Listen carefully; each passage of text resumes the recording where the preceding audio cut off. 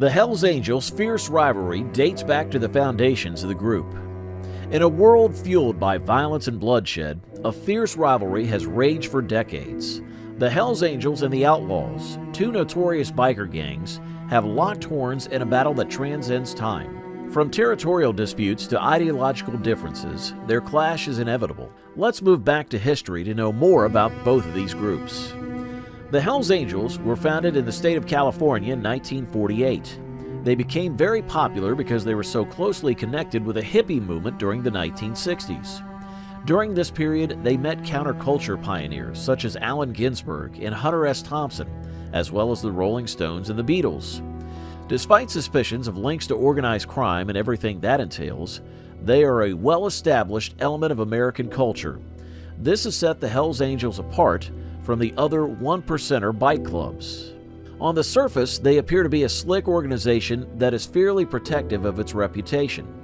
At best, note that I said best, they will take legal action against companies that take liberties with their brand, such as Disney and Alexander McQueen, to name two examples.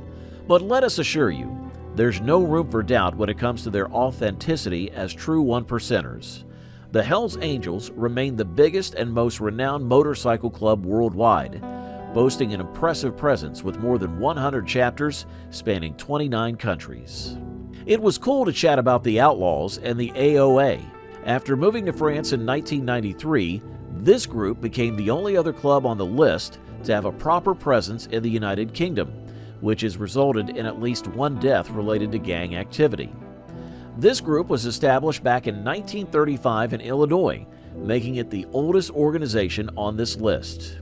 Their disdain for the HA is part of the modern outlaw motto, which reads, "Adios, angels die in outlaw states."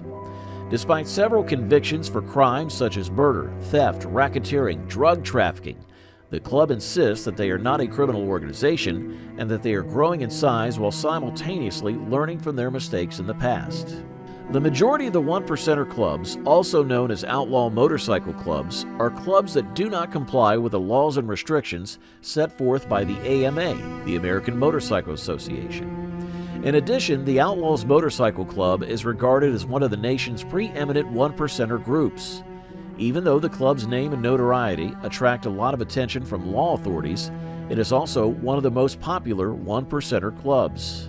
Even while all one-percenter organizations, such as the Hells Angels and the Pagans, are called outlaw motorcycle clubs, there is only one Outlaws Motorcycle Club. For the Hells Angels Motorcycle Club, the term adios has a sinister connotation. The Hells Angels and the Outlaws are opposing gangs who frequently clash, escalating into violent brawls. Adios is an abbreviation that was created by the Outlaws MC, and it stands for Angels Die in Outlaw States. This term is used to refer to Hells Angels who trespass into the area of the Outlaws Motorcycle Club. The Outlaws have garnered quite a bit of attention from the media, just like the Hells Angels. Journalists have extensively covered the Outlaws Motorcycle Club, shining a spotlight on their activities and history. The photojournalist Danny Lyon published The Bike Riders in 1968, in which he told the stories of members of the Chicago chapter of the Outlaws Motorcycle Club and included photographs that he had taken of them. When it comes to fame, doing something wrong can sometimes work to your advantage. A long history of animosity has existed between the Hells Angels and the Outlaws, and the shot fired by the marksman killed Mr. Tobin. Jerry Tobin, a member of the Hells Angels Motorcycle Club, was riding along the M40 in August of 2007 on his modified Harley-Davidson when he came under fire from two assailants who were sitting in a car in the outside lane. Tobin was traveling at speeds approaching 90 miles per hour when he was struck by a bullet right below his helmet, which resulted in his instantaneous death. The police moved extremely swiftly and detained several members of the Outlaws, which was a motorcycle organization that served as the Hells Angels' primary adversary. The murder of Hells Angel Jerry Tobin brought the hidden world of biker gangs into clear focus for the authorities, and it compelled them to gain a handle on the threat that they posed. The shooting, which took place on land that the Outlaws considered being their own and which is believed to have been authorized by abroad overloads in punishment for a previous incident, took place on land that the Outlaws regard as their own. It is said that many outlaws consider Long Marston, which is located close to Stratford-upon-Avon, to be a deliberately provocative place that was intended to encourage violence. This is because the Hells Angels hold their annual Bulldog Bash there. Detective Constable Steve Cox, who testified during the Tobin murder trial, has spent many years monitoring the action of biker gangs and has determined that the Outlaws consider Warwickshire, Staffordshire, South Wales, Derbyshire, Birmingham, and London to be their heartlands. Detective Constable Steve Cox also testified during the Tobin murder trial.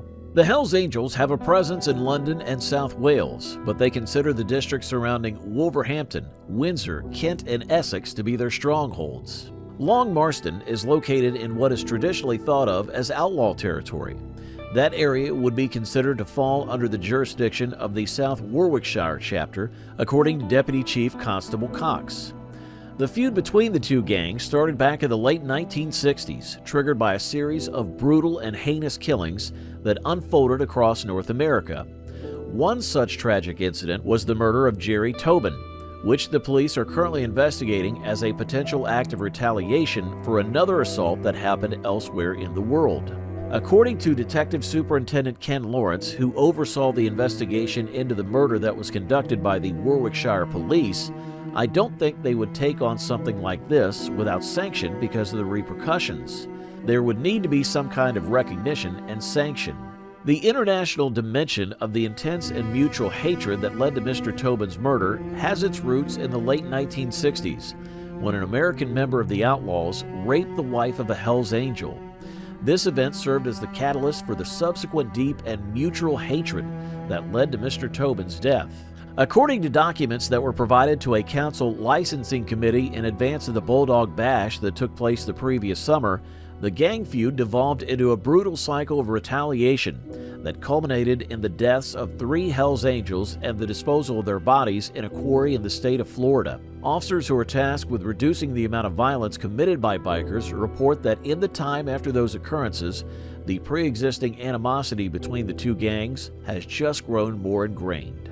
During Warwickshire Police's efforts to persuade the licensing authorities in Stratford-upon-Avon that the Bulldog Bash presented a threat to public safety, the department detailed several instances, one of which being the shooting of a Hells Angel on the M40 in 2001, which was eerily similar to the murder of Mr. Tobin.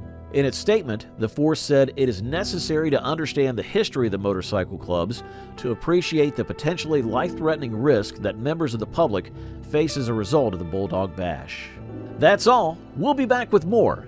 Don't forget to give this video a thumbs up and subscribe.